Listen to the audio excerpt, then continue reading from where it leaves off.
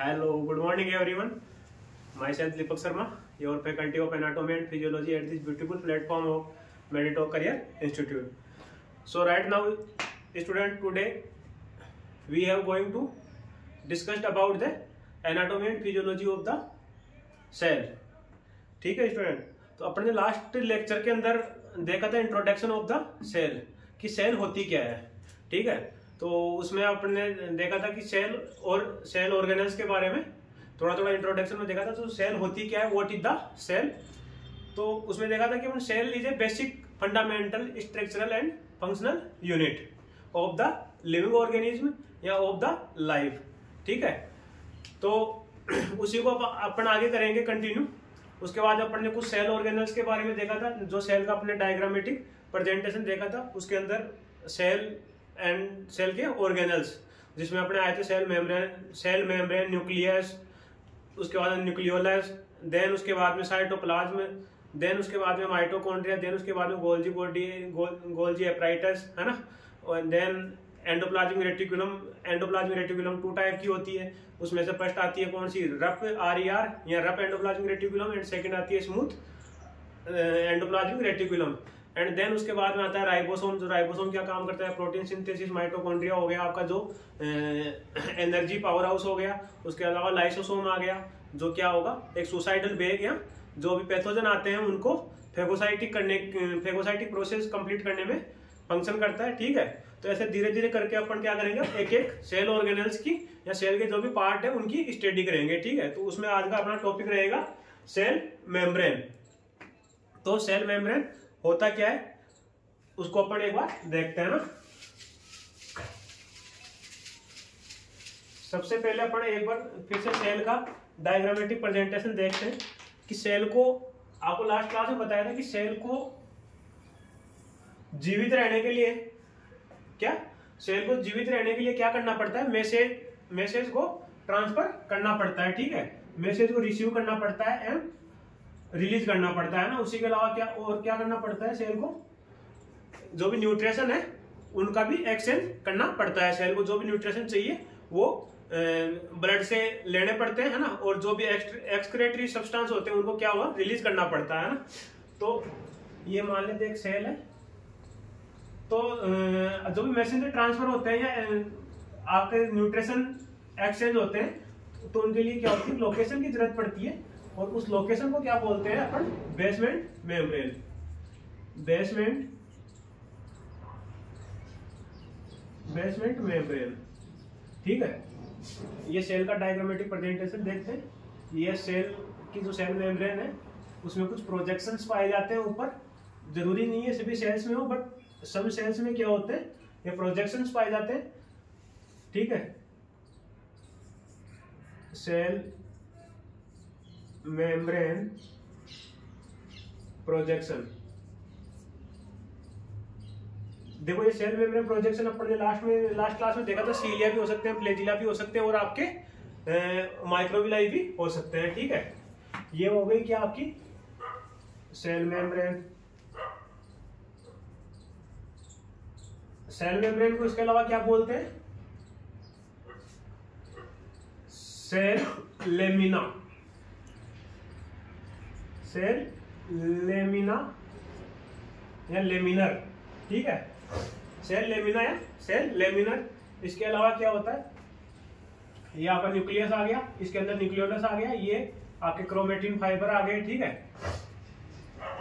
अब आगे देखते हैं कि सर ये जो सेल मेम्ब्रेन होती है, ये सेल मेम्ब्रेन बनी हुई किस चीज की होती है. ठीक है, इसकी जो इंटरनली स्ट्रक्चर है, इसकी एनाटॉमी है, तो उसको अपन आगे देखेंगे कि सेल मेम्ब्रेन की जो एनाटॉमी है इसके अंदर कौन कौन से पार्ट होते हैं, कैसे ये बनी हुई होती है, कैसी इसकी स्ट्रक्चर होती है. तो जो सेल की साइज अपन ने डिस्कस की थी लास्ट क्लास के अंदर, उसमें बताया था कि आपको 5 माइक्रोमीटर, है ना, 5 × 10⁻⁶ टू 50 × 10⁻⁶ तक इसकी साइज होती है, जो क्या होती है, माइक्रोमीटर के अंदर होती है, जो नेक्ड आई से विजुअलाइजेशन नहीं हो सकती, है ना. इतनी छोटी स्मॉल साइज होती है. तो उसी से आपको यहाँ से पता चल रहा है कि अगर सेल की खुद की साइज इतनी छोटी है तो जो सेल मेम्ब्रेन है तो वो तो ऑब्वियसली बात है कि छोटी होगी. तो इसके एक बार अपन साइज डिस्कस कर लेते हैं, इसकी साइज क्या, थिकनेस क्या होती है, सॉरी साइज नहीं, thickness. Thickness of cell membrane, thickness of cell membrane होती है 8 to 10 नैनोमीटर। नैनोमीटर को क्या बोल सकते हैं? 10 to power -9। अब आप यहां से अनुमान लगा सकते हो कि 10 to power - नैनोमीटर है ना। तो अब इसकी स्ट्रक्चर देखने के लिए क्या करना पड़ेगा अपने को? इसको मैग्निफिकेशन की जरूरत पड़ेगी। मैग्निफिकेशन के लिए किसकी जरूरत पड़ेगी अपने को? माइक्रोस्कोप की जरूरत पड़ेगी। तो होता क्या है कि जो लाइट माइक्रोस्कोप होता है, माइक्रोस्कोप का टाइप कौन सा? Light microscope. तो लाइट माइक्रोस्कोप से क्या है, अगर अपन इसको देख विजुलाइज करते हैं, ठीक है, लाइट माइक्रोस्कोप से इसको विजुलाइज करेंगे तो ये क्या होगा? विजुलाइज नहीं होगा, है ना, या सीन नहीं होगा, या व्यू नहीं आएगा इसका ना, ठीक है, नॉट सीन। किसमें? लाइट माइक्रोस्कोप में। तो अब बात आती है कि सर लाइट माइक्रोस्कोप में ये सीन नहीं हो रहा है, तो अब उसके लिए क्या करना पड़ेगा? जब इस स्टडी करनी है, इसके एनाटॉमी के बारे में जानना है, तो उसके लिए तो माइक्रोस्कोप की जरूरत पड़ेगी, इसको देखने की जरूरत पड़ेगी, ठीक है, स्ट्रक्चर को समझने के लिए। तो उसके लिए इससे भी ज्यादा पावरफुल जो माइक्रोस्कोप आता है उसको बोलते हैं क्या? Electron microscope. जो इलेक्ट्रॉन माइक्रोस्कोप होता है, जो भी अपने मतलब अपनी कंट्री है, इंडिया है, तो इसकी जो भी टॉप मोस्ट कॉलेज है, जैसे दिल्ली एम्स हो गया, BHU हो गया, ठीक है, उनमें जो गिनी चुनी 2, 4, 5 कॉलेज है, तो जो मेडिकल कॉलेज है उनमें इलेक्ट्रॉन माइक्रोस्कोप की सुविधा है। तो उससे अगर अपन इसको मैग्नीफाई करके देखते हैं, ठीक है, सेल मेम्ब्रेन को, तो वहां से ये दिखता है, शुरू में अपन देखेंगे तो ये दिखता है 3 लेयर के अंदर, ठीक है। ये यहां से इतना पार्ट कट किया अपन ने सेल मेम्ब्रेन का, और इसको क्या है यहाँ पे विजुलाइज करेंगे, तो ये विजुलाइज होगा सर 3 लेयर के अंदर, है ना। जो ये लेयर है, ये है आउटसाइड टू इनसाइड, है ना। एक हो गई ये वाली लेयर, समझने के लिए। अब जो ये ऊपर वाली लेयर होगी, इसको क्या बोलेंगे? आउटर लेयर, ठीक है, ये आउटर लेमाइना। ये हो गई मीडियम लेमाइना। ये हो गई इनर लेमाइना।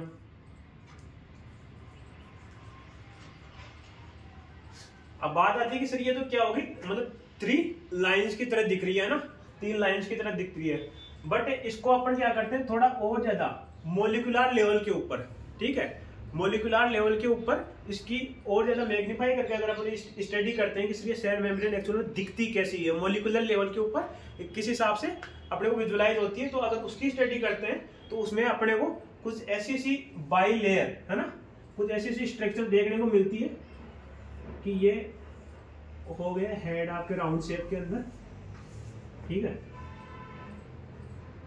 ये इस हिसाब से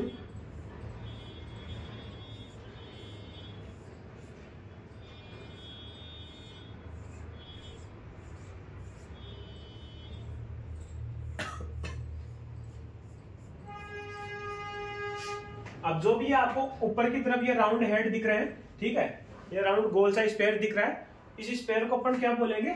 ये स्फीयर बना होता है किसका? फॉस्फेट का या फॉस्फेट का। इसको बोलेंगे क्या अपन बोलेंगे इसको फॉस्फेट या फॉस्फेट, ठीक है, इसको रिप्रेजेंट करेंगे पी से। अब जो इस स्फीयर के नीचे टेल है, टेल लाइक स्ट्रक्चर है, that is called tail and it's made by form by lipid, ठीक है। तो ये हो गई एक लिपिड की लेयर, इसको एल से रिप्रेजेंट करेंगे। देन अब होता क्या है कि जो आपकी ये क्या किसकी बनी होगी, आपको ऊपर वाले स्फीयर या हेड किसका बना हुआ है? फॉस्फेट का, एंड टेल बनी हुई लिपिड की, फॉस्फोलिपिड। अब जब फॉस्फोलिपिड की एक लेयर होती है ना, या एक मॉलिक्यूल होता है, तो ये इसका क्या नेचर होता है कि जैसे 2 दोस्त नहीं होते क्या, वो कहीं भी जाते हैं तो क्या होते हैं? दोनों साथ रहते हैं। और जब तक दोनों साथ नहीं रहेंगे तब तक क्या होगा, उनकी बॉन्डिंग या उनकी जो जोड़ी है वो कंप्लीट नहीं हो पाएगी, ठीक है, या वो कुछ भी काम करते हैं, ठीक है, तो दोनों साथ मिलके ही वो काम करते हैं। जैसे आपने तो आप कॉलेज जाते हो, तो जैसे आपका दोस्त है, ठीक है, तो आपका इरादा, आप डेली उसको जाने से पहले फोन करके पूछते हो भाई कॉलेज चलेगा क्या, अब वो आपको बताएगा कि जाना है तो आप चले जाओगे। तो जो आपका कॉलेज जाने का कार्य है या फंक्शन है, वो क्या होगा, दोनों अगर साथ जाओगे तो ही कंप्लीट होगा। अगर उसने मना कर दिया सामने वाले कि यार नहीं आज नहीं जाना, तो आप भी क्या करोगे, उसको स्किप कर दोगे कि नहीं आज कॉलेज नहीं चलेंगे, आज तो बंक मारते हैं, आज कहीं बाहर घूमने चलते हैं, ठीक है। तो उसी के हिसाब से क्या होता है कि इसके भी क्या है, एक दोस्त और होता है या एक लेयर और होती है, जो दोनों लेयर मिलके क्या करती है, सेल मेम्ब्रेन का फॉर्मेशन करती है ना। तो ये भी जो इनर वाली लेयर होगी ये किसकी बनी होगी, लिपिड की, एंड जो इसको एल से रिप्रेजेंट करेंगे, और ये हेड हो गया जो किसका बना हुआ है, फोस्फेट का, इसको इसे रिप्रेजेंट करेंगे। तो सर अब ये इतना समझ में आया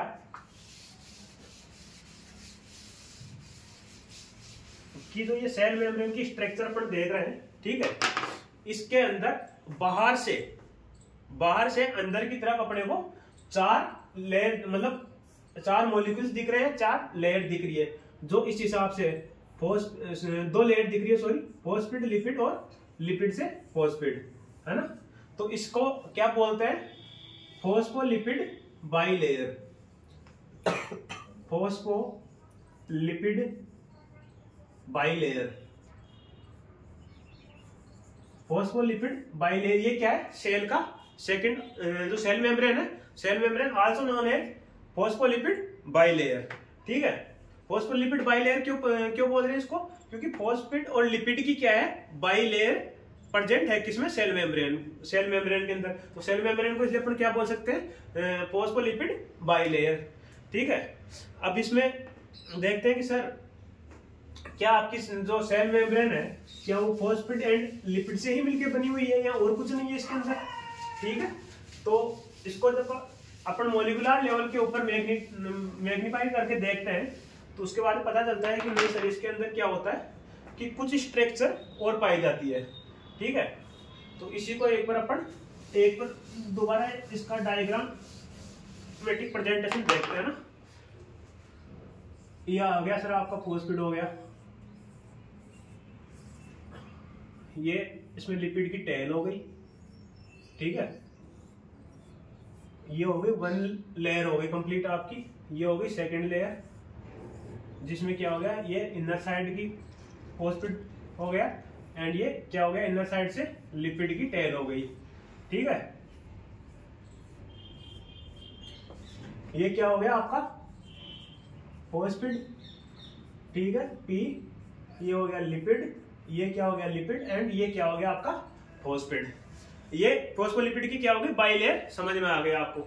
इसके अलावा क्या होता है कि सर आप जब इसको मैग्नीफाई करके देखते हो मॉलिक्यूलर लेवल के ऊपर, तो इसमें आपको पता चलता है कि some proteins are embedded in outer side या आउटर लेयर, ठीक है, कि कुछ प्रोटीन के मॉलिक्यूल होते हैं जो क्या होते हैं, सेल मेम्ब्रेन की फॉस्फोलिपिड की जो बाइलेयर होती है, जो इसकी आउटर साइड की लेयर है, ठीक है, उसके अंदर क्या होंगे, कुछ प्रोटीन्स के मॉलिक्यूल एम्बेडेड होंगे या इसमें फंसे हुए होंगे, है ना। इसी हिसाब से क्या होगा, जो इंटरनल लेयर है फॉस्फोलिपिड की, उसके अंदर भी क्या होंगे, कुछ प्रोटीन्स के मॉलिक्यूल प्रेजेंट होंगे, ठीक है। अब इसी में देखते हैं अपन, तो इसमें क्या होता है कि सर एक मॉलिक्यूल हो गया बाहर की तरफ, एक हो गया अंदर की तरफ, है ना, या कुछ मॉलिक्यूल बाहर की तरफ, कुछ अंदर की तरफ। बट कुछ मॉलिक्यूल्स क्या होते हैं कि जो फॉस्फोलिपिड बाइलेयर होते हैं उसको पूरी को क्रॉस करते हुए outer layer to inner layer present होते हैं, ठीक है। अब जो आउटर लेयर के अंदर जो प्रोटीन्स के मॉलिक्यूल प्रेजेंट है उनको क्या बोलेंगे अपन, एक्स्ट्रा या outer membranes protein, outer membranes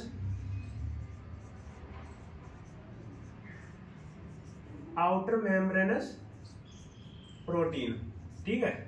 but जो अंदर की तरफ है उसको क्या बोलेंगे अपन, इनर मेम्ब्रेनस प्रोटीन, एंड जो मीडियम में प्रेजेंट होते हैं, ठीक है, या आर पार का मतलब हो गया outer layer to inner layer, जो प्रेजेंट होते हैं उसको क्या बोलेंगे अपन, ट्रांसमेम्ब्रेनस प्रोटीन। अब यहां तक आपको समझ में आया होगा कि सर जो सेल मेम्ब्रेन होता है अगर उसके अपन एनाटॉमी को देखते हैं, सेल मेम्ब्रेन की एनाटॉमी को देखते हैं किसके माध्यम से, कि सर ये लाइट माइक्रोस्कोप के अंदर विजुअलाइज नहीं हो सकती, तो इसके लिए क्या होगा, इसके हाई मैग्नीफाइड पावर का माइक्रोस्कोप चाहिए, उसको क्या बोलेंगे अपन, इलेक्ट्रॉन माइक्रोस्कोप। जब इलेक्ट्रॉन माइक्रोस्कोप में अपन सेल मेम्ब्रेन का छोटे से पार्ट को कट करके उसमें लगा के देखते हैं, तो उसके अंदर पता चलता है कि सर ये सेल मेम्ब्रेन होती है, क्या होती है, 3 लेयर्स की बनी होती है। 3 लेयर्स कौन कौन सी, outer lamina, inner lamina and medium lamina. ठीक है, उसको और थोड़ा ज्यादा एक्सटेंड या और थोड़ा मैग्नीफाइड करके मॉलिक्यूलर लेवल के ऊपर देखते हैं, तो उसके बाद में आपको पता चलता है कि सर जो सेल मेम्ब्रेन है वो क्या होती है कि सर फोस्फोलिपिड बाइलेयर। ठीक है, फोस्फोलिपिड बाइलेयर की बनी हुई होती है। ठीक है, उसी के अंदर क्या होता है कि सर उसी में क्या होगा कि आपके प्रोटीन्स के मॉलिक्यूल्स होते हैं वो भी क्या प्रेजेंट होते हैं। कुछ मॉलिक्यूल्स होते हैं प्रोटीन के वो एक्स्ट्रा जो आउटर लेयर है उसके अंदर इम्बेडेड होते हैं, और जो कुछ प्रोटीन्स के मॉलिक्यूल होते हैं वो इनर साइड के अंदर इम्बेडेड होते हैं। एंड कुछ मॉलिक्यूल्स क्या होते हैं कि दोनों साइड में, दोनों जो बोथ आर लेयर में प्रेजेंट होते हैं। ठीक है, outer side to inner side में। एंड इसी के साथ क्या होता है कि इसमें कुछ मॉलिक्यूल्स प्रेजेंट होते हैं जो काय का काम करते हैं, सेल मेम्ब्रेन की इंटीग्रिटी को बढ़ाने का काम करते हैं। ठीक है, इंटीग्रिटी का मतलब हो गया जो इसकी स्ट्रेंथ है सेल मेम्ब्रेन की उसको मेंटेन रखने का काम करते हैं। तो जो मॉलिक्यूल होते हैं वो मॉलिक्यूल अक्सर क्या होते हैं अपन खाने के अंदर काम में लेते हैं। जो आप लोग फास्ट फूड खाने जाते हो बाहर, है ना, तो जो भी आपके फास्ट फूड होता है वो जो फ्राई होता है, ठीक है, जिस ऑयल में फ्राई होता है तो उसमें क्या होती है, सेचुरेटेड फैट्स होती है, जिसको क्या बोलते हैं अपन, जो सेचुरेटेड फैट होती है वो क्या होती है आपकी ब्लड वेसल्स को ब्लॉक करने में, हार्ट अटैक लाने में, है ना, इसके लिए रिस्पॉन्सिबल होती है। उसको कुछ मॉलिक्यूल्स ये प्रेजेंट होते हैं, इस मॉलिक्यूल्स को बोलते हैं, या जो इसकी सेल मेम्ब्रेन की इंटीग्रिटी बढ़ाते हैं उसको क्या बोलते हैं, कोलेस्ट्रॉल। समझ गए सब लोगों ने कोलेस्ट्रॉल, आप सब लोग कोलेस्ट्रॉल जानते होंगे। कोलेस्ट्रॉल क्या करता है बॉडी में जाके अपने, ये डाइजेस्ट हो नहीं पाता है, ठीक है, नहीं ये एक्सक्रीट हो पाता है, तो ये क्या होता है धीरे धीरे ब्लड वेसल्स में जमा डिपोजिट होके और रिस्पॉन्सिबल होता है, या किसका कोच बनता है आगे जाके, आपके कार्डियक अरेस्ट का या कार्डियक ब्लॉक का ये रीजन बनेगा या कोच बनेगा। ठीक है, इसी के अलावा अपन देखते हैं कि सर जो आपकी प्रोटीन इम्बेडेड होती है इसमें क्या होते हैं, कुछ कार्बोहाइड्रेट के मॉलिक्यूल्स, ठीक है, कुछ कार्बोहाइड्रेट के मॉलिक्यूल इसके अंदर चिपके हुए होते हैं। एंड कुछ क्या होते हैं फॉस्फेट के ऊपर कार्बोहाइड्रेट, एंड इनके ऊपर भी क्या होता है, लिपिड लगा होता है। तो वहां ऊपर जगह नहीं है तो अपन इसको थोड़ा साइड में लेके देख लेते हैं कि ये क्या हो गया आपका, लिपिड हो गया। ठीक है, ये हो गया आपका कार्बोहाइड्रेट। तो कार्बोहाइड्रेट प्लस लिपिड, इन दोनों को मिला के अपन क्या बोलेंगे, ग्लाइकोलिपिड। ठीक है, अब बात है ग्लाइकोलिपिड कैसे होता है, ग्लाइकोलिपिड कैसे बोल दिया, लिपिड की जगह तो लिपिड आ गया, लेकिन कार्बोहाइड्रेट की जगह ग्लाइको कैसे आया। तो जो ग्लाइको वर्ड होता है वो किसको रिप्रेजेंट करता है, अपने कार्बोहाइड्रेट को, है ना।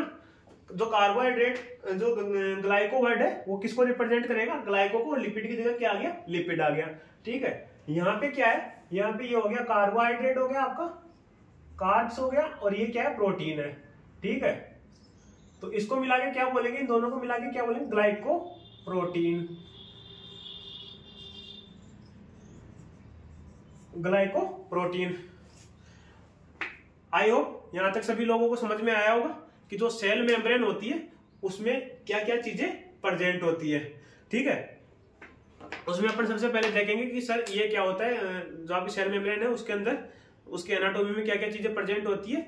स्ट्रक्चर के अंदर फोस्फोलिपिड बाइलेयर, सबसे फर्स्ट थिंग क्या हो गया, फोस्फोलिपिड बाइलेयर। उसके बाद में क्या होगी सर, इसके अंदर कुछ प्रोटीन्स होती है। जो प्रोटीन्स क्या होती है, मेनली 3 टाइप की होती है।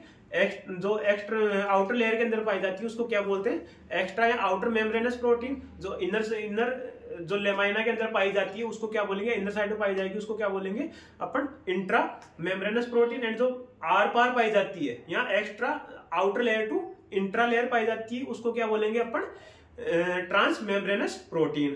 ठीक है, उसी के अलावा क्या होता है सर, इसके अंदर कोलेस्ट्रॉल प्रेजेंट होता है जो सेल की इंटीग्रिटी को इंक्रीज करवाता है। उसके अलावा क्या होते हैं, कुछ कार्बोहाइड्रेट एंड कुछ लिपिड्स उसके ऊपर प्रोटीन मॉलिक्यूल के अंदर प्रेजेंट होते हैं, जिनको क्या बोलते हैं अपन, ग्लाइको प्रोटीन या ग्लाइकोलिपिड। अब बात आती है कि सर ये जो फोस्फोलिपिड होते हैं, फोस्फोलिपिड बाइलेयर है, तो इसकी तो ये टेल है, ये जो टेल है, ठीक है, ये किसकी बनी हुई होती है? टेल होती है लिपिड की बनी हुई, ठीक है। जो हेड है, हेड बना होता है किसका? फोस्फेट का बना हुआ, ठीक है। तो जो आपकी टेल है, लिपिड है, लिपिड की जो टेल है ये क्या होती है? हाइड्रोफोबिक इसका नेचर होता है। हाइड्रोफोबिक का मतलब हो गया कि इसको पानी से डर लगता है, ठीक है। ये क्या हो गया?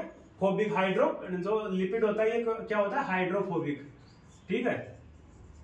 Hydrophobic in nature, hydrophobic in nature. और जो ये इसका फोस्फेट होता है, फोस्फेट क्या होता है? हाइड्रोफिलिक। फिलिक का मतलब क्या होता है? Loving, loving to water. Hydro का मतलब वाटर एंड फिलिंग का मतलब, हाइड्रोफिलिक का मतलब क्या हो गया? लविंग, मतलब loving to water. Hydrophilic, hydrophilic nature. Hydrophilic nature का मतलब क्या हो गया?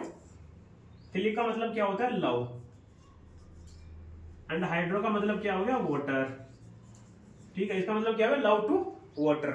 अब होता क्या है इसमें कि जो फोस्फेट होता है इसको क्या है? पानी से लव है ना, तो ये क्या करेगा? पानी की तरफ अट्रैक्ट होगा ज्यादा।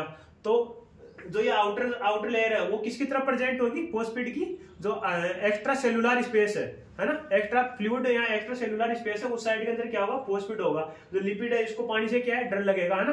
तो जिस हिसाब से आपको सर्दियों में नहाने से डर लगता है ना, उस हिसाब से क्या होता है? लिपिड को भी क्या होता है? पानी से डर लगता है। तो ये क्या होता है? हमेशा अंदर की तरफ दुबका हुआ रहता है ना। और जो इस हिसाब से क्या होगा? जो इनर साइड की लेयर है उसी में भी क्या होगा? जो फोस्फेट की लेयर है या फोस्फेट का हेड है, स्पेयर है, वो क्या होगा? इंट्रासेलुलर स्पेस की तरफ प्रेजेंट होगा। और उस हिसाब से क्या होगा? ये टेल है जो अंदर की तरफ दुबकी हुई रहेगी। जैसे फॉर एग्जाम्पल आप इसे समझ सकते हो कि जो ये कैप है ये क्या है? दोनों फोस्फेट के स्पेयर है या हेड है ना, और जो ये नीचे का पार्ट रह गया ये क्या है? आपके लिपिड है, ठीक है। तो ये हमेशा किस हिसाब से प्रेजेंट रहेंगे? इस हिसाब से। एक हो गया इनर साइड की लेयर, एक जो मेरे साइड में रेड कैप वाली वो आउटर लेयर हो गई, ठीक है, फोस्फेट की।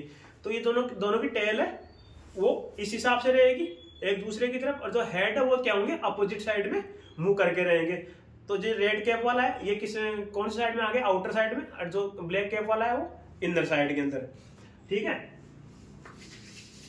आज सभी लोगों ने यहाँ तक देख लिया कि जो इसकी स्ट्रक्चर होगी वो किस किस चीज से मिलकर बनी हुई होती है, जिसमें आपने मेनली देखा है फॉस्फोलिपिड बाइलेयर, कोलेस्ट्रॉल, उसके अलावा 3 टाइप की प्रोटीन्स होती है, एंड उसके बाद होती है ग्लाइकोलिपिड एंड ग्लाइकोप्रोटीन, ठीक है।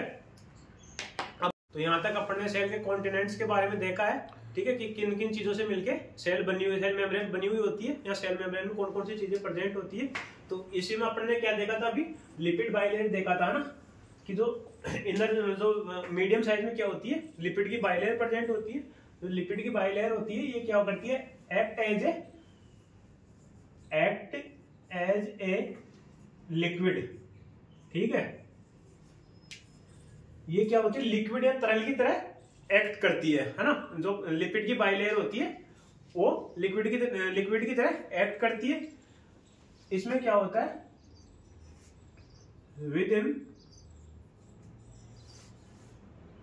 With in 3 to move globular protein, 3 to move globular protein partially, 3 to move partially globular protein, partially globular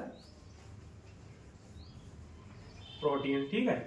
इसका मतलब क्या हो गया कि जो इसके अंदर ग्लोबुलर जो बायोलिपिड होती है उसमें तो क्या होता है? ग्लोबुलर प्रोटीन होती है। वो क्या पार्शियली मूव करने के लिए जो लिपिड्स के मॉलिक्यूल होते हैं वो क्या होते हैं? जिसकी मूवमेंट की स्पीड होती है, मूवमेंट की। वो एक बुक में डाटा दिया गया है कि 10 to power 9, ठीक है, 10 to power 9 मीटर पर सेकंड की स्पीड से ये क्या करती है? रन करते हैं, ठीक है। यानी 1 सेकंड या 1 नैनो सेकंड के अंदर क्या होता है कि पूरी सेल मेम्ब्रेन में जो लिपिड के अणु होते हैं वो क्या है? पूरी सेल मेम्ब्रेन में ट्रेवल कर जाते हैं, है ना। यहाँ से हम समझ में आ रहा है कि स्पीड तो इसकी बहुत ज्यादा है ना, 10⁹ मीटर पर सेकंड। तो जो ये क्या होता है, आपके फॉस्फोलिपिड की बाइलेयर होती है, उसमें जो ग्लोबुलर प्रोटीन्स के मॉलिक्यूल होते हैं वो क्या करते हैं, फ्री टू मूव करने के लिए क्या होते हैं, मूव करने के लिए फ्री होते हैं, है ना।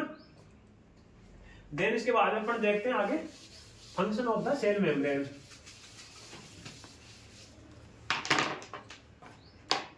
फंक्शन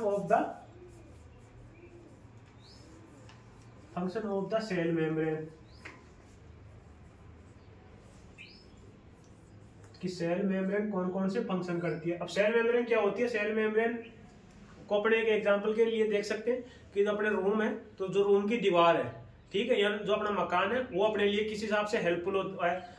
तो मकान अपने लिए क्या होता है, सर्दी गर्मी बरसात हवाएं, है ना, उन तूफान सब चीजों से क्या होता है, अपने प्रोटेक्शन करता है। तो उसी हिसाब से जो सेल मेम्ब्रेन होती है वो क्या करती है, सेल को प्रोटेक्ट करती है। तो सबसे पहला फंक्शन क्या आ गया इसका, सबसे पहला फंक्शन आ गया इसका प्रोटेक्शन, ठीक है।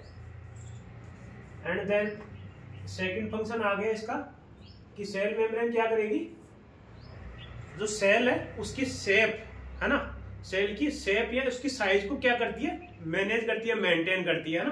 तो शेप या साइज को क्या करती है, मेंटेन करती है, ठीक है। देन उसके बाद में क्या होगा, थर्ड आता है ट्रांसफर या ट्रांसफर का। ट्रांसफर में क्या क्या चीजें आएगी अभी इसमें देखेंगे अपन। जो सेल में प्रोटीन होती है, सेल में जो प्रोटीन होती है वो क्या काम करती है, एस इसकी न्यूमेरिकल है, न्यूमेरिक है इसका सेक्टर, SECTR, जिसको भी अपन आगे चल के इलोबरेट करेंगे। ट्रांसफर हो गया। एंड देन इसके अलावा और क्या कार्य फंक्शन रहेगा इसका, एक फोर्थ नंबर का आगे चल के देखेंगे अपन। जो इसका नेक्स्ट फंक्शन आएगा, तीन तो हो गए कौन कौन से आपके, प्रोटेक्शन का हो गया, एंड सेकंड का आएगा हो गया शेप का हो गया, एंड थर्ड क्या हो गया आपका ट्रांसपोर्ट का हो गया, एंड फोर्थ होगा वो किसका, सरफेस प्रोजेक्शन। सरफेस प्रोजेक्शन, जो सरफेस प्रोजेक्शन है उसमें अभी आपको जो पहले सेल मेम्ब्रेन का, सेल का क्या डायग्रामेटिक प्रेजेंटेशन बताया था, उसमें क्या है कि सेल मेम्ब्रेन क्या होती है, एज ए प्रोजेक्शंस। कुछ हर सेल में नहीं होती, बट सम सेल क्या होती है जिसमें सेल मेम्ब्रेन अपर साइड में क्या करती है, अपर बॉर्डर में प्रोजेक्शंस प्रेजेंट होते हैं, उनको क्या बोलते हैं, सरफेस प्रोजेक्शन। जो किसके एक्ट करते हैं, या तो सीलिया की तरह करेंगे या फ्लैजिला की तरह करेंगे,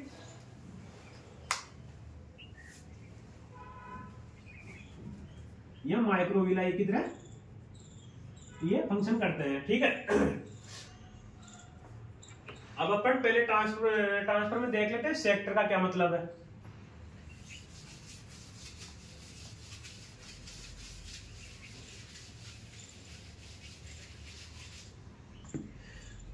जो एस है, एस का मतलब क्या हो गया, स्ट्रक्चर, ठीक है। जो सी है, पहले उससे पहले आएगा ई हो गया क्या, एंजाइम। सी है, सी का मतलब क्या हो गया, चैनल। टी है, टी का मतलब क्या हो जाएगा यहां पे, ट्रांसफर या ट्रांसपोर्ट, ठीक है। आर हो गया जो अपना, एंड आर हो गया, तो आर का मतलब क्या होता है, रिसेप्टर, ठीक है। अब एक एक को करके अपन थोड़ा समझते हैं। तो स्ट्रक्चर होती है, तो सेल मेम्ब्रेन की स्ट्रक्चर होती है, उसको मेंटेन करने का काम कौन करता है, उसमें क्या होता है, थ्री टाइप की प्रोटीन्स पाई जाती है, ठीक है। जिन प्रोटीन्स का नाम होता है, तीन टाइप की इसमें क्या होगी, प्रोटीन्स होगी, जिसको अपन क्या बोलते हैं, एक्स्ट्रा मेम्ब्रेनस प्रोटीन, ठीक है। सेकंड आगे कौन सी, मीडियम या trans membranous protein, and third कौन सी आ गई, इंट्रा मेम्ब्रेनस प्रोटीन, ठीक है। जो स्ट्रक्चर का काम सेल मेम्ब्रेन क्या करती है, स्ट्रक्चर का काम करती है। तो स्ट्रक्चर में कौन कौन सी 3 प्रोटीन प्रेजेंट होती है, extra membranous protein, trans membranous protein and third होती है कौन सी, इंट्रा मेम्ब्रेनस प्रोटीन। उसके बाद में आता है एंजाइम। तो अभी जो आपने देखा था कि सेल मेम्ब्रेन होती है, फॉर एग्जांपल ये आपकी सेल मेम्ब्रेन में क्या होगी, फॉस्फोलिपिड बाइलेयर प्रेजेंट है, ठीक है। अब इसी में क्या होता है कि कुछ प्रोटीन्स के मॉलिक्यूल क्या होंगे, इस हिसाब से प्रेजेंट होंगे, ठीक है। अब क्या होगा कि यहाँ पे क्या होगा, कुछ सब्सटेंस आया यहाँ है ना, कोई भी सब्सटेंस या कोई भी मॉलिक्यूल आया और वो क्या होगा यहाँ पे सेल मेम्ब्रेन की तरफ सेल मेम्ब्रेन को ढूंढता ढूंढता आ रहा है, ठीक है। यहाँ पे आके ये हो गया फिट यहाँ पे किसके ऊपर, प्रोटीन मॉलिक्यूल्स के ऊपर।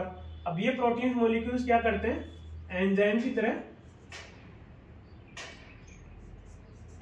क्या करते हैं, फंक्शन करते हैं। और जैसे ये इसके संपर्क में आएगा देन ये यहाँ पे कॉम्प्लेक्स बन गए, ठीक है। और ये यहाँ पे क्या प्रोडक्ट के अंदर चेंज हो जाएगा, ठीक है। तो ये जो प्रोटीन्स के मॉलिक्यूल होते हैं वो क्या काम करते हैं, एक्ट एज ए एंजाइम की तरह भी काम करते हैं कि कुछ सब्सटेंस आते हैं और इसके ऊपर आके इसके कांटेक्ट में आते हैं, ये बॉन्डिंग बनती है, कॉम्प्लेक्स बना, कॉम्प्लेक्स के देन बाद आगे क्या बन जाएगा, इसके प्रोडक्ट बन जाएगा, ठीक है। तो यहाँ तक किसी को प्रॉब्लम नहीं, मतलब यहाँ तक देखें अपन कि ये जो प्रोटीन होते हैं वो एंजाइम की तरह भी काम करते हैं। जो सेल मेम्ब्रेन हो गई वो क्या एंजाइम की तरह भी फंक्शन करती है। उसके बाद में देखते हैं अपन चैनल्स। तो इसमें क्या होता है कि आपकी जो सेल मेम्ब्रेन है, ठीक है, इसमें क्या होता है, कुछ ट्रांस मेम्ब्रेनस प्रोटीन होती है, कुछ ट्रांस मेम्ब्रेनस प्रोटीन होती है जो इस हिसाब से प्रेजेंट होती है, ठीक है। ये ट्रांस मेम्ब्रेनस प्रोटीन होती है जो इस हिसाब से प्रेजेंट होती है। अब ये क्या होती है, इस हिसाब से प्रेजेंट होती है कि इनके बीच में क्या है, ये चैनल बना देती है ना। इधर क्या है, आयन प्रेजेंट है, सम आयन प्रेजेंट है, आयंस प्रेजेंट, ये यहाँ से क्या होंगे, ग्रेडियंट के माध्यम से इधर की तरफ आ जाएंगे। जो ये आयंस होते हैं ये हमेशा ट्रेवल करते हैं ग्रेडियंट या अपनी जो इनकी कंसंट्रेशन होती है, सांद्रता होती है, high concentration to low concentration की तरफ ये हमेशा मूव करते हैं, मूवमेंट करते हैं, ठीक है। उसके बाद में आ गया ट्रांसपोर्ट। अब ट्रांसपोर्ट में क्या होता है कि कुछ प्रोटीन्स क्या होती है, कुछ प्रोटीन्स इस हिसाब से अपने आप को सिचुएटेड करके रखती है। इसमें कुछ प्रोटीन पंप होते हैं ना, प्रोटीन पंप होते हैं, प्रोटीन चैनल्स बोलते हैं अपन इसको। जो प्रोटीन पंप्स होते हैं वो क्या हो गया, इस हिसाब से यहाँ पे प्रेजेंट होंगे, ठीक है। अब कुछ मॉलिक्यूल्स आएंगे, यहाँ पे कुछ मॉलिक्यूल्स है, वो क्या हुआ कि यहाँ से आके एक मॉलिक्यूल आया और यहाँ पे आके अटैच हो गया सर। अब यहाँ से अटैच होने के बाद में क्या होंगे, जो ये पंप होते हैं ना, जो प्रोटीन्स होती है जो एक्ट एज पंप के फंक्शन करती है, वो क्या करती है कि ये 3 डिग्री रोटेशनल करने के लिए क्या होती है, 3 डिग्री रोटेशन करने में ये फ्री होती है ना, 3 डिग्री रोटेशन के लिए। तो ये क्या होगा कि ऐसे एक आपका प्रोटीन पंप है, यहाँ पे आके कोई मॉलिक्यूल जुड़ा, ठीक है, फॉर एग्जांपल ये मॉलिक्यूल आके जुड़ा। अब ये क्या होगा, 3 डायमेंशन में ऐसे मूव करेगा और यहाँ आके इसको मॉलिक्यूल को छोड़ देगा, ठीक है, इनर मतलब अंदर की तरफ में। ये क्या आउटर स्पेस है, ये क्या इनर स्पेस है। तो outer space to inner space and inner space to outer space, vice versa, दोनों तरफ ये क्या करता है, फंक्शन करता है कि बाहर से अंदर की तरफ भी ला सकता है और अंदर से बाहर की तरफ भी ला सकता है, ठीक है। इसमें जो आयंस होते हैं, जो ये पंप होते हैं, इनको मेनली क्या बोलते हैं, सोडियम या पोटेशियम आयन पंप, ठीक है। ये सोडियम में पोटेशियम आयन पंप होते हैं। अब इसी के साथ क्या कहते हैं, अपन ट्रांसपोर्ट को देखते हैं कि ट्रांसपोर्ट क्या होता है, 2 प्रकार का होता है, एक होता है एक्टिव, एक होता है पैसिव, ठीक है। अपने से लिखेंगे नहीं, वैसे समझ लेते। तो एक्टिव ट्रांसपोर्ट होता है, उसका मतलब क्या होता है, एक्टिव का मतलब हो गया कि इसमें फंक्शन करने के लिए या इसके पास काम करवाने के लिए क्या करना पड़ेगा, आपको सिर्फ को चार्ज देना पड़ेगा, या इसको एनर्जी देनी पड़ेगी, या इसको एटीपी देनी पड़ेगी, है ना। तो जिस भी काम को करने के लिए एटीपी चाहिए, जिस भी ट्रांसपोर्ट को कंप्लीट करने के लिए एटीपी या फ्यूल की जरूरत होती है, उसको क्या बोलते हैं अपन, एक्टिव ट्रांसपोर्ट। एंड जिसको फ्यूल की या एटीपी रिक्वायरमेंट नहीं होती, उसको क्या बोलेंगे अपन, पैसिव या इनएक्टिव ट्रांसपोर्ट, है ना। पैसिव ट्रांसपोर्ट का मतलब इसमें एटीपी की जरूरत नहीं है, और एक्टिव का मतलब इसमें एटीपी की रिक्वायरमेंट होगी। तो अपन देखते हैं पैसिव ट्रांसपोर्ट। पैसिव ट्रांसपोर्ट के अंदर 2-3 टाइप के होते हैं, जिसमें आता है आपके ओस्मोसिस। जो ओस्मोसिस भी होता है वो क्या होता है, अपने कंसंट्रेशन के अकॉर्डिंग आउटसाइड से इनसाइड में हमेशा मूव करता है। उसके बाद में आता है फैसिलिटेटेड डिफ्यूजन या डिफ्यूजन।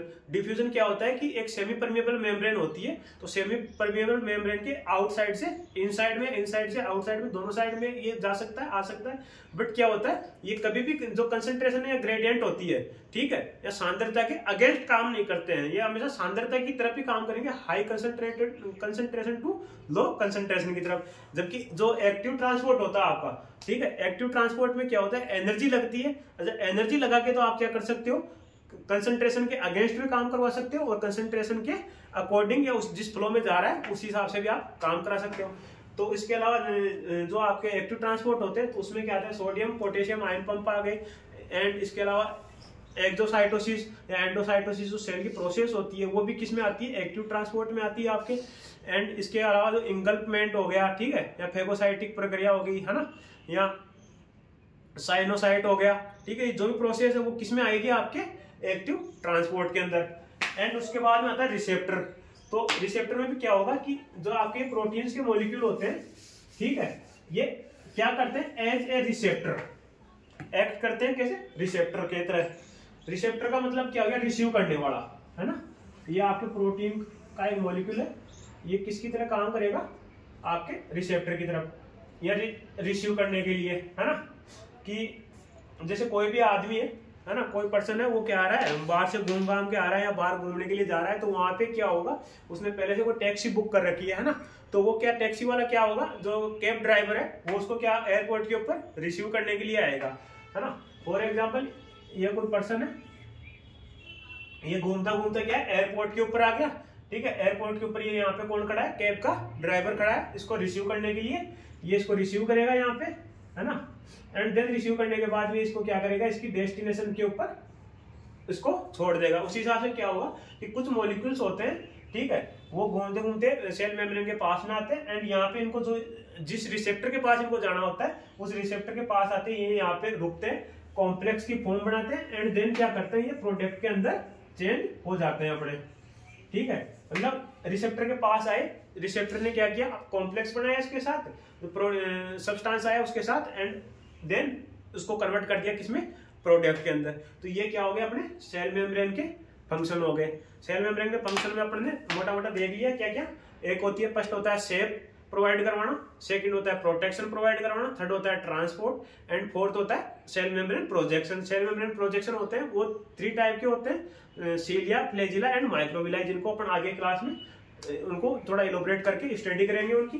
एंड देन जो अपने ट्रांसपोर्ट देखा था, ट्रांसपोर्ट में क्या होता है, जो सेल मेम्ब्रेन प्रोटीन होती है ना, 3 टाइप की प्रोटीन होती है, वो स्ट्रक्चर प्रोवाइड करवाती है, एंड देन उसके अलावा क्या फंक्शन करवाती है, वो structure, enzyme and channel, transport and receptor. तो एक एक को करके अपन ने पढ़ा है। एंजाइमेटिक मतलब जो प्रोटीन्स होती है वो एंजाइम की तरह एक्ट करती है, ताकि जो भी कोई रिएक्शन हो रही है सेल मेम्ब्रेन के ऊपर, जो भी रिएक्शन होती है तो वो एक्ट करती है एंजाइम की तरह, और उससे जो रिएक्शन होती है उसकी स्पीड को क्या करती है, मल्टीपल टाइम्स ग्रो करवा देती है, ताकि वो रिएक्शन इजी से एंड शॉर्ट टाइप में हो सके। देन उसके बाद चैनल की तरह चैनल की तरह फंक्शन करेगी। जब ये चैनल की तरह फंक्शन करती है तो कुछ आयंस होते हैं जो अपने ग्रेडियंट के हिसाब से high gradient to low gradient की तरफ मूव कर जाते हैं या फ्लो करते हैं, एंड ट्रांसपोर्ट करवाते हैं। ट्रांसपोर्ट में कौन सा आ गया कि सोडियम पोटेशियम पंप आया, तो वो क्या करते हैं, आयंस को सोडियम पोटेशियम को आउटर साइड से उठाते हैं और इनर साइड में डालते हैं। इनर साइड से उठा के आउटर साइड में, मतलब जिस भी डायरेक्शन के अंदर, जिस भी साइड के अंदर क्या होगा, इसकी ग्रेडियंट कम होगी, कंसंट्रेशन कम होगी, उसी साइड में क्या करेंगे, उठा के जिस साइड से ज्यादा होगी उस साइड में ले आएंगे। एंड जो रिसेप्टर होते हैं, रिसेप्टर भी क्या करते हैं कि कुछ सब्सटेंस होते हैं उनको वो क्या करते हैं, सेल मेम्ब्रेन के आसपास घूमते रहते हैं, ठीक है। अब उनको जैसे उनका खुद का रिसेप्टर मिलता है, रिसेप्टर के ऊपर गए, कॉम्प्लेक्स बनाया रिसेप्टर के साथ, देन किस में कन्वर्ट हो जाते हैं, आपके प्रोडक्ट के अंदर कन्वर्ट हो जाते हैं। अब इसी के साथ क्या होगा, एक आपका एक लाइन है, एक वर्ड बच रहा है ना, जिसको अपन बोलते हैं ग्लाइकोकैलिक्स, है ना। आप नाम सुनोगे ग्लाइकोकैलिक्स, तो सोचा आपको बता देता हूँ ग्लाइकोकेलिक्स, वरना आप बाद में कभी नाम सुनोगे तो बोलोगे सर ने बताया नहीं ग्लाइकोकेलिक्स क्या होता है ना। ग्लाइकोकेलिक्स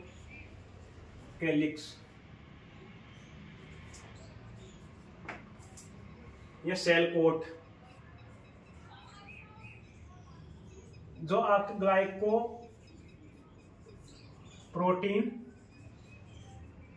प्लस ग्लाइकोलिपिड होती है ना, इन दोनों को क्या बोलते हैं, मिला के ग्लाइकोकेलिक्स।